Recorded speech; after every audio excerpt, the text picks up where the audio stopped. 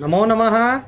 जयतु संस्कृतम जयतु भारतम। ई संस्कृत कुटुंब स्टूडियो में मैं डॉक्टर अभिनव उपाध्याय आप सभी का हार्दिक स्वागत अभिनंदन करता हूं। साथियों, हमारी यह व्याकरण की विसर्ग संधि की सीरीज चल रही है। इस सीरीज में आपने इससे पहले वाले वीडियो में विसर्ग संधि का परिचय जाना और हमने सत्व संधि के बारे में पढ़ा। आज की इस कक्षा में हम ऋतु संधि से परिचित होंगे। ऋतु संधि सरल भी है तो कठिन भी है। कठिन जब लगेगी आपको जब आप इसे समझेंगे नहीं, और इसके नियमों को यदि आपने समझ लिया तो इससे सरल संधि कोई और नहीं है। मैं आशा करता हूं कि आपको आज के इस वीडियो में विसर्ग संधि का जो रेफ, जिसे हम रेफ संधि कहते हैं या ऋतु संधि कहते हैं, इसका कोई भी कंफ्यूजन आपको नहीं रहने वाला है। इतने अच्छे तरीके से आज मैं आपको बताने वाला हूं। परीक्षा में किस प्रकार से प्रश्न आता है उसके बारे में भी हम चर्चा करेंगे। साथ ही हम संधि विच्छेदों को भी देखेंगे और समस्त पदों को भी देखेंगे कि किस प्रकार से संधि विच्छेद किया जाता है। परीक्षा में प्रश्न किस प्रकार से होता है साथियों, यदि हम चर्चा करें तो परीक्षा में 4 प्रकार से आपसे प्रश्न किए जाते हैं। या तो संधि का नाम पूछा जाता है कि संधि का नाम बताइए। दूसरा प्रश्न होता है कि संधि विच्छेद बताइए। आपको एक समस्त पद दिया होगा और संधि विच्छेद बताना होगा। तीसरा, संधि विच्छेद दिया होगा, उसका समस्त पद बनाना होगा या संधि पद बनाना होगा। ठीक है। और चौथा होगा संधि का सूत्र बताइए कि इसमें कौन सा सूत्र है, कौन से सूत्र से ये कौन से सूत्र का उदाहरण है। इस प्रकार से आपसे वहां पर 4 प्रश्न किए जाते हैं।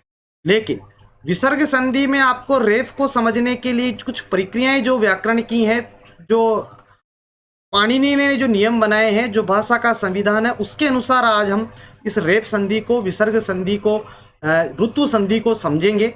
आइए, आप सभी का हार्दिक स्वागत अभिनंदन है। मैं आशा करता हूं कि आपको विषय बहुत अच्छे से समझने में आएगा यदि आप बिल्कुल एकाग्रचित होकर इसे समझते हैं। एक बार में समझने में नहीं आता है तो दोबारा देखिए, 2 बार देखिए, निश्चित रूप से आपको ये विषय समझने में आएगा। मैं इतने सरल तरीके से आपके सामने प्रस्तुत कर रहा हूं। इस संस्कृत कुटुंब का उद्देश्य भी यही है कि जिन छात्रों को संस्कृत भाषा कठिन लगती है उन्हें सरल तरीके से और रुचिपूर्ण तरीके से हम छात्रों तक इसे पहुंचा सकें। यही ई संस्कृत कुटुंब का मुख्य उद्देश्य है। और इसी के लिए ई संस्कृत कुटुंब आपके तैयारी के लिए निरंतर आपका सहयोग कर रहा है और साथ में ही सरल शिक्षण के प्रति कटिबद्ध है। तो आइए, बिना किसी देरी के शुरुआत करते हैं आज हमारी ऋतु संधि की, जिसे हम रेफ संधि कहते हैं। इसका जो प्रमुख सूत्र है साथियों, वह है स स जुसोरु। देखिए, सूत्र को आपको याद करना होगा। बहुत सारे छात्र कहते हैं हमें सूत्र याद नहीं होते हैं। देखिए, यदि आप इसे बार बार पढ़ेंगे, बार बार सुनेंगे तो अपने आप याद हो जाएगी। क्योंकि आपने बहुत सारे मंत्र होंगे जो भी आपने बार बार पढ़े होंगे, बार बार सुने होंगे, तो भी आपको वो अपने आप याद हो जाते हैं। हनुमान चालीसा कैसे याद हुई आपको, गायत्री मंत्र कैसे याद हुआ, किसी ने याद करवाया? नहीं करवाया। तो ये श्रवण की प्रक्रिया है। भाषा में आप जितना सुनेंगे उतना आपको याद रहेगा। देखिए, बहुत सारे अनचाहे, या हम ऐसा कह सकते हैं कि बहुत सारे गाने होते हैं, भजन होते हैं जो कहीं पर चलते रहते हैं। किसी मंदिर में कोई स्तुति चलती रहती है, वो स्तुति प्रतिदिन वो मंदिर में स्तुति चलती है और वो स्तुति हमें अपने आप याद हो जाती है। यानी सुनने का बहुत महत्व है। जितना आप सुनेंगे, जितना आप बोलेंगे, आपको अपने आप याद हो जाएगा। देखिए, अब सूत्र को याद करने का सीधा सा आप मेरे साथ बोलिए, स स जुसोरुहु, स स जुसोरुहु। अब ये स स जुसोरु क्या कहता है? इस स स जुसोरु सूत्र की जब व्याख्या लिखी, वृत्ति जिसे हम कहते हैं, संस्कृत में ही इसकी व्याख्या लिखी, तो उसे लिखा पदान्तस्य सस्य सजुस शब्दस्य च रुः स्यात्। देखिए, रकार कब होता है? ये कहता है कि पदान्तस्य सस्य। आपको मैं अभी वीडियो के लास्ट में ऐसे ट्रिक बताने वाला हूं, ऐसे सरल तरीके से और इसको समझाने वाला हूं कि आपको परीक्षा में कभी भी देखते ही, आप उदाहरण को देखते ही पता लगा लेंगे कि यहां पर कौन सी संधि हमें करनी है। पदान्तस्य सस्य सुजस शब्दस्य च सजुस शब्दस्य च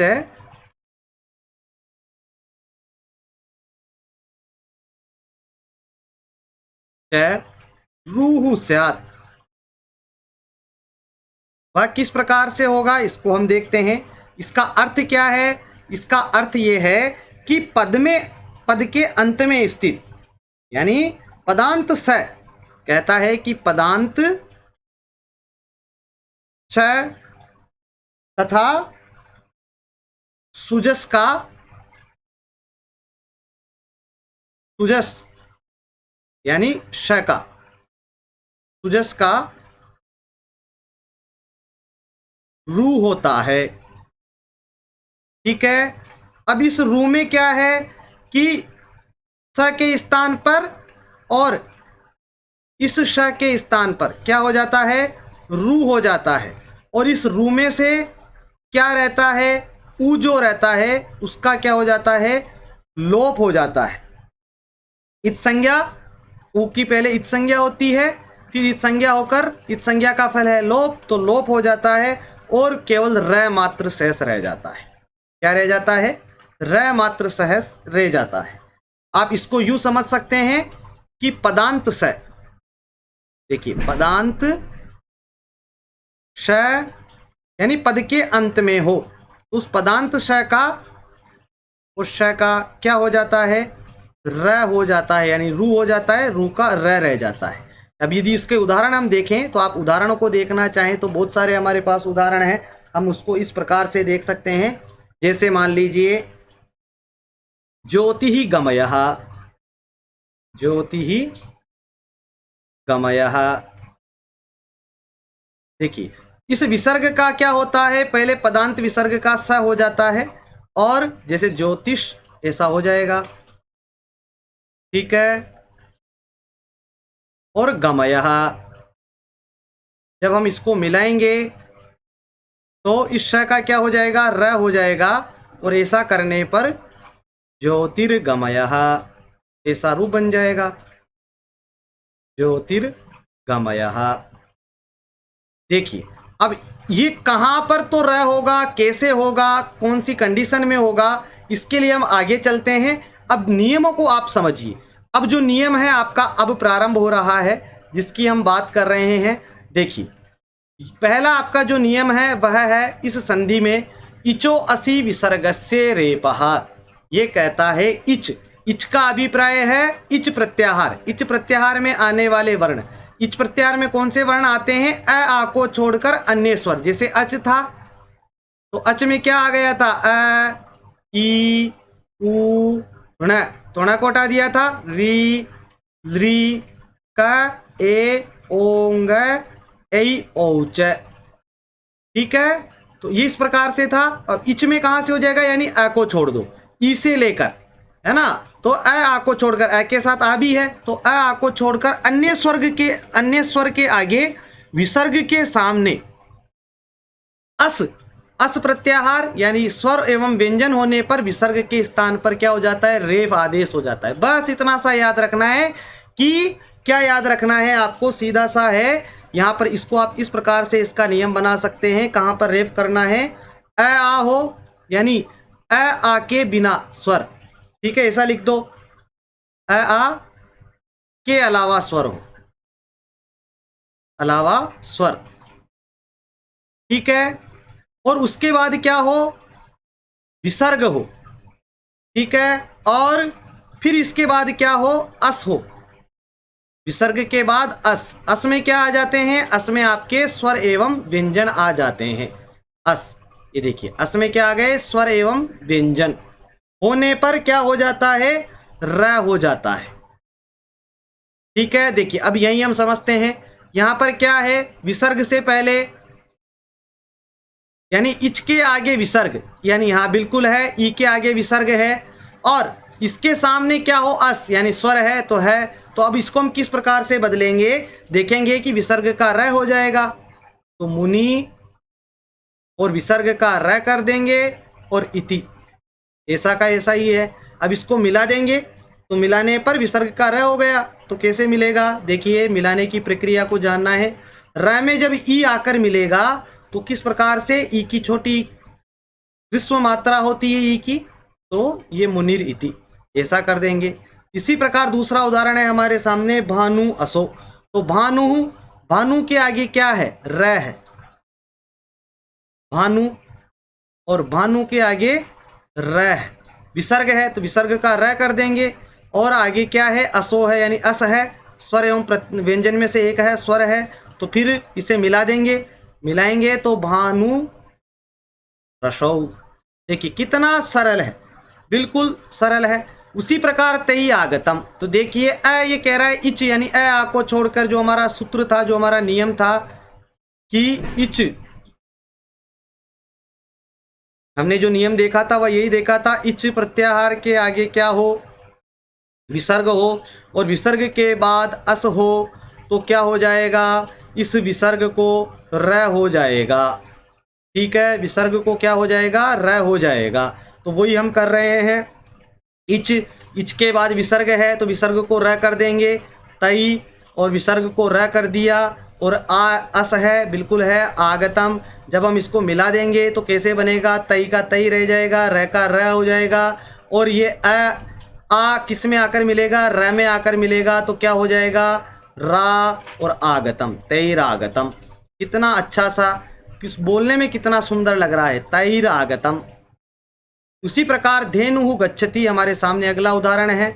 ऊ है, ऊ के आगे विसर्ग है, बिल्कुल है, इच प्रत्याहार में आता है, ऊ आता है, तो क्या करेंगे, विसर्ग को र कर देंगे, और उसके बाद हमारे अस प्रत्याहार या स्वर या व्यंजन में से कुछ है, बिल्कुल है, व्यंजन है, वर्ग का तीसरा है ये, तो इसको हम कर देंगे यहाँ पर, तो क्या कर देंगे, गच्छति को ऐसा ही लिख देंगे। अब हम इनको मिलाएंगे, तो मिलाने पर क्या होगा, धेनु, और जो अर्ध र है ये कहाँ चला जाएगा, ग के ऊपर चला जाएगा, और धेनुर गच्छति, इस प्रकार से आपका रूप बन जाएगा।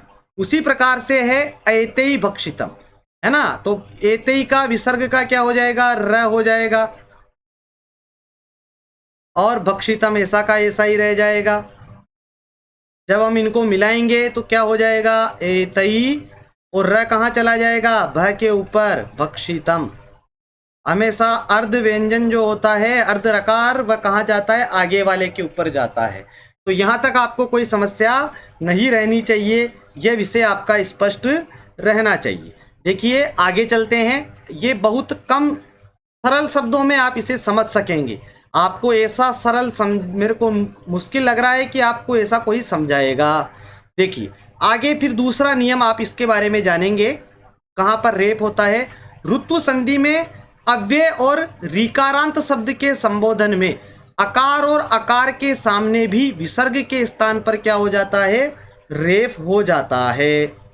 देखिए इसको इस प्रकार से समझिए, यहाँ पर दो नियम आपके बन रहे हैं। पहला बन रहा है कि अव्यय संबंधी, देखिए कह रहा है कि अव्यय हो, यानी अव्यय के बाद क्या हो, अव्यय संबंधी विसर्ग, है ना। अव्ययों में कुछ अव्यय ऐसे होते हैं जिनमें विसर्ग होती है, अव्यय संबंधी विसर्ग ऐसा लिख दीजिए, यानी अव्यय के बाद क्या हो, विसर्ग हो, है ना। और उसके बाद क्या हो, उसके बाद संबोधन में, ये तो है ऋकारांत शब्द के संबोधन की बात है, यानी ऋकारांत के सामने भी विसर्ग हो। तो अब यहां पर क्या कह रहा है कि अव्यय के बाद क्या हो, स्वर हो, या वही आपके अस प्रत्याहार जो आ गए, अश हो, है ना। तो क्या हो जाता है, र हो जाता है, क्या हो जाता है, र हो जाता है। देखिए वह किस प्रकार से होता है, इसको भी हम समझते हैं। अव्यय संबंधी विसर्ग, अब इसका एक उदाहरण देखिए अव्यय संबंधी विसर्ग का। जैसे मान लीजिए प्रातः, यहाँ पर अव्यय संबंधी विसर्ग होता है, और इसके बाद अस, सारे स्वर और व्यंजन में से अत्र हमने लिख दिया, ठीक है। तो अब यहाँ पर हम क्या करेंगे, प्रातः अत्र ऐसा लिख देंगे। तो आप किस प्रकार से करेंगे, प्रातः अत्र, ऐसा लिख दीजिए, प्रातः अत्र की जगह लिखिए आप प्रातः गच्छति, ये अर्थ निकल जाएगा इसका। प्रातः अत्र यानी प्रातः यहाँ, ऐसा निकलेगा, प्रातः गच्छति यानी सुबह जाता है। अब देखिए अव्यय है, अव्यय के बाद विसर्ग है और अस प्रत्याहार आ रहा है, यानी अस प्रत्याहार में क्या आते हैं, स्वर और व्यंजन, ठीक है ना। तो यह प्रातः गच्छति, अब यहाँ पर क्या कर देंगे, विसर्ग का र कर देंगे और गच्छति ऐसा का ऐसा ही रह जाएगा। और क्या रूप बन जाएगा आपका? प्रातर गच्छति। ये र कहाँ चला जाएगा? ग के ऊपर, और रूप बनेगा प्रातर गच्छति। इसी प्रकार आप दूसरा भी देख सकते हैं उदाहरण। ये एक उदाहरण हुआ। दूसरा देखें, पुनः अत्र। तो यहां पर क्या था? अव्यय के बाद विसर्ग है, बिल्कुल है, और अस प्रत्याहार यानी स्वर आ रहा है, आ रहा है। तो हम यहाँ क्या कर देंगे? र कर देंगे, विसर्ग का र, और अत्र। अब मिलाने पर क्या हो जाएगा? पुनरत्र। ठीक है, इस प्रकार से आपको इसको समझना है। फिर हमारा है दूसरा उदाहरण, यदि हम देखें तो वह कहता है कि संबोधन शब्द के आगे, किसके आगे? संबोधन शब्द के आगे भी इसी प्रकार से ये हो, अस प्रत्याहार हो, तो वहां पर क्या हो जाता है? विसर्ग हो जाता है। वो किस प्रकार से होगा? चलिए उसको भी देख लेते हैं। आप इसका स्क्रीनशॉट ले लीजिए या आप इसे लिख लीजिए। मैं इसको हटा देता हूं। यहीं पर ये अव्ययी संबंधी विसर्ग की चर्चा हो गई हमारी। अब हम यहीं पर बात करेंगे संबोधन शब्द में जो अकार आता है वहां पर उसके बाद यदि क्या है? र है, तो वहां पर क्या है? अस है, तो वहां पर भी क्या हो जाएगा? आपका रकार हो जाएगा। वह रकार किस प्रकार से होगा उसको अब हम देखने वाले हैं। देखिए देखिए, आपका जो दूसरा नियम है वह कहता है कि संबोधन हो, कौन सा संबोधन? ऋकारांत वाला, है ना? ऋकारांत का संबोधन हो, और उसमें क्या हो? संबोधन में विसर्ग होगी। ठीक है, संबोधन होगा विसर्ग वाला। ठीक है, संबोधन ऋकारांत संबोधन विसर्ग होगा। विसर्ग के बाद क्या हो? अस प्रत्याहार होगा, तो र हो जाएगा। किसका? विसर्ग का। ठीक है ना? किस प्रकार से होगा इसे हम इस प्रकार से समझ सकते हैं। आपके सामने है पितः, फिर आगे उदाहरण है वंदे। ठीक है, तो यहाँ पर अस प्रत्याहार का वर्ण आ रहा है, बिल्कुल आ रहा है, और पितः के बाद विसर्ग है, तो क्या करेंगे? पिता और विसर्ग का र कर देंगे, और वंदे ऐसा का ऐसा ही है, मिलाएंगे तो क्या रूप बनेगा? पितर वंदे। र आपका व के ऊपर जाएगा, ये मैं आपको बार बार बता रहा हूँ, तो रूप बन जाएगा पितर वंदे। इसी प्रकार से आइए अब हम इनके मिश्रित उदाहरणों को देखते हैं, जिससे कि आपको पूरा विषय समझने में आ जाए। देखिए, पुनः अत्र। देखिए यहाँ पर भी वही बात है, विसर्ग के बाद क्या है? विसर्ग के बाद ये अव्यय वाला जो भी हमने उदाहरण देखे, ये दोनों अव्यय के हो गए, और ये दोनों किससे संबंधित हो गए? संबोधन से संबंधित हो गए। ठीक है ना? तो यहाँ पर पुनः विसर्ग है, अव्यय के बाद विसर्ग है, और अ आ रहा है, तो क्या कर देंगे हम? अ कर देंगे और अत्र। तो मिलाने पर क्या हो जाएगा? र में अ मिल जाएगा, पुनरत्र। ये र ऊपर कब जाता है? जब कोई व्यंजन वर्ण होता है। स्वर हमेशा र में आकर ही मिल जाता है, तो पूरा र हो जाता है। ठीक है, यानी पूर्ण अक्षर बन जाता है, ऐसा आप समझे। प्रातः गच्छति, तो यहाँ पर क्या करेंगे? प्रातः है, विसर्ग का र कर देंगे, और आगे अस है, तो वापिस आपका क्या हो जाएगा? प्रातः गच्छति। प्रातः गच्छति। उसी प्रकार पितः वंदे है, तो विसर्ग का र हो जाएगा, और वंदे ये ऊपर जाकर मिल जाएगा, और हो जाएगा पितर वंदे। इसी प्रकार मातः वंदे, तो माता विसर्ग का र कर देंगे, और वंदे, और जब इसे समस्त पद बनाएंगे तो क्या हो जाएगा? रकार व के ऊपर चल जाएगा, और मातर वंदे। इस प्रकार से आपका रूप बन जाएगा। ठीक है, आगे देखिए, कुछ और उदाहरणों को हम समझते हैं जिससे आपको स्पष्टता रहे। देखिए आगे है निहि, यह भी आपका उसी प्रकार का है, विसर्ग वाला, है ना? तो विसर्ग के बाद क्या है? आपका व्यंजन वर्ण आ रहा है, तो क्या हो जाएगा? नी के बाद र कर देंगे, और बल है, मिला देंगे, तो क्या रूप बन जाएगा? निर्बल है। इसी प्रकार जब आपको विसर्ग इसका करना है संधि विच्छेद, तो इसी प्रकार करेंगे। र का क्या कर देंगे, विसर्ग कर देंगे और अलग अलग कर देंगे, नी बला है तो आपका संधि विच्छेद हो गया। उसी प्रकार निर्गुण है, देख लीजिए, नी, नी के बाद विसर्ग है, बिल्कुल है, तो र कर देंगे। आगे क्या आ रहा है, व्यंजन आ रहा है, तो क्या कर देंगे हम, ग कर देंगे। इसे क्या कर देंगे, गुण को गुण लिख देंगे, और जब मिलाएंगे तो ये र कहाँ चला जाएगा, आगे वाले वर्ण के ऊपर चला जाएगा, निर्गुण। उसी प्रकार आगे देखेंगे, नी के आगे क्या है, वो सेम बिल्कुल समान प्रक्रिया, र है और जन है, तो क्या हो जाएगा, निर्जनः। ये आपका प्रश्न हो गया, ये आपका संधि विच्छेद हो गया। और संधि समस्त पद का संधि विच्छेद कर दो या संधि विच्छेद का समस्त पद बना लो, कैसे भी करेंगे। यदि अर्ध रकार है तो आप इसको तुरंत क्या करेंगे, ऊपर यदि व्यंजन के ऊपर र की मात्रा है तो उसे विसर्ग में बदल देंगे, ठीक है, ये आपका संधि विच्छेद हो जाएगा। उसी प्रकार नी उत्तरा है तो नी का क्या कर देंगे, विसर्ग का र कर देंगे और उत्तर, तो क्या बन जाएगा, देखेंगे। नी र में हमने आपको बताया था कि स्वर हमेशा क्या होता है, मिल जाता है, तो निरुत्तर है, ठीक है। उसी प्रकार नी आशा, तो क्या बनेगा, नी का विसर्ग का र और आशा, हमेशा क्या बताया मैंने आपको कि स्वर हमेशा र में मिल जाते हैं, निराशा, ऐसा बन जाएगा। वैसे ही दू बलह है, दू के विसर्ग का र बन जाएगा और बल, और रूप बनेगा आपका दुर्बल है। ये हुई आपकी विसर्ग का रेप, ठीक है। इस प्रकार से विसर्ग रकार में बदल जाता है। तो यहाँ तक आपको कोई समस्या नहीं रहनी चाहिए। और भी उदाहरण आप देख सकते हैं। जो हमने शुरू का जो नियम देखा था, ये उस नियम को देख रहा है, उस नियम को बिल्कुल बराबर अनुसरण हमारा यहाँ पर हो रहा है।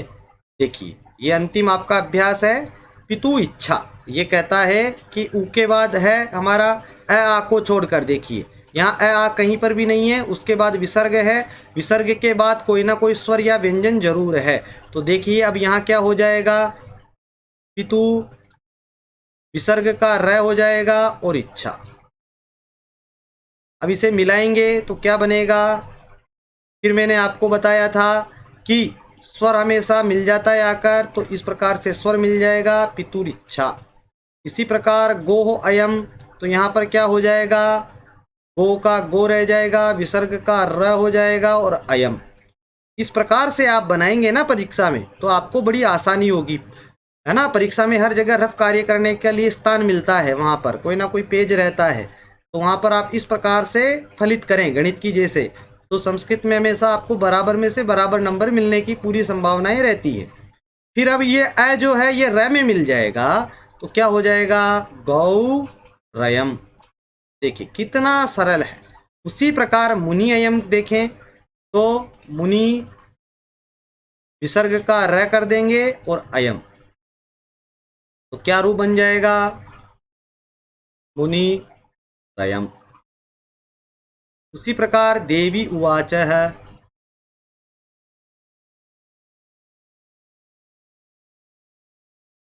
देवी विसर्ग का र और उवाच, तो यहाँ पर रूप बनेगा देवीर, र उ में मिल जाएगा और उवाच है, तो देवीर उवाच है। इस प्रकार से ये आपका रकार के बारे में हमने जाना। आपको सरल तरीके से हमने पूरा विषय समझा दिया है। फिर भी आपको किसी प्रकार की समस्या है, कोई समझने में नहीं आ रही है, तो आप मुझे इसको कमेंट बॉक्स में ज़रूर बताएं। मैं आपके लिए इसका समाधान ज़रूर निकालूंगा कि आपको रेप संधि में, रकार संधि में कहाँ समस्या आती है। जो आज हमने जाना वह क्या क्या जाना कि कहाँ कहाँ होता है कि अ और आ के बिना के अतिरिक्त स्वर, है ना, यानी इच प्रत्याहार, अ आ के बिना, बिना अन्य स्वर, ऐसा लिख दीजिए। ये आप सार गर्भ में नियम को समझ लीजिए। स्वर हो, उसके बाद विसर्ग हो, और उस विसर्ग के बाद क्या हो, स्वर या व्यंजन हो, जिसे हम अस कह रहे थे, अस प्रत्याहार, ऐसा होगा तो क्या हो जाएगा, र हो जाएगा। किसका र हो जाएगा? विसर्ग का र हो जाएगा। फिर दूसरा नियम हमने क्या जाना कि कोई अव्यय हो, अव्यय अव्ययी संबंधी विसर्ग, ऐसा हमने देखा था कि अव्ययी संबंधी विसर्ग, यदि अव्यय के बाद क्या हो? कोई विसर्ग हो, है ना, अव्यय के साथ कोई विसर्ग हो और उसके बाद यही ऊपर वाला आपका अस प्रत्याहार रहे तो क्या हो जाएगा? विसर्ग का र हो जाएगा। ठीक है। उसी प्रकार हमने देखा कि जो रिकारांत शब्द थे आपके, कौन से? रिकारांत, रिकारांत शब्द, वो भी कौन से? संबोधन वाले, संबोधन वाला जो शब्द था उसके बाद क्या हो? विसर्ग, यानी उसके साथ विसर्ग रहता ही है, विसर्ग होगा तो क्या होगा? विसर्ग के बाद उसी प्रकार आपका अस यानी स्वर और व्यंजन होगा तो विसर्ग का क्या हो जाएगा? र हो जाएगा। तो ये आपके तीनों नियम आज हमने जाने, यही रेप संधि का मूल आधार है। इसी प्रकार से आपको परीक्षा में ध्यान रखना है और पूरे में से पूरे नंबर आपको परीक्षा में लेने हैं। ठीक है साथियों, आज के लिए इतना ही पर्याप्त है। फिर आगे हम उत्व संधि के बारे में पढ़ेंगे। आशा करता हूँ आपने इससे पहले यदि सत्व संधि का वीडियो नहीं देखा है तो आप उस वीडियो को भी हमारी जरूर देखें प्लेलिस्ट में जाकर, जिससे कि आपको पूरा विसर्ग संधि का कॉन्सेप्ट क्लियर हो जाए। फिर मिलेंगे आगे की कक्षा में। वंदे मातरम, जय तु संस्कृतम, जय तु भारतम।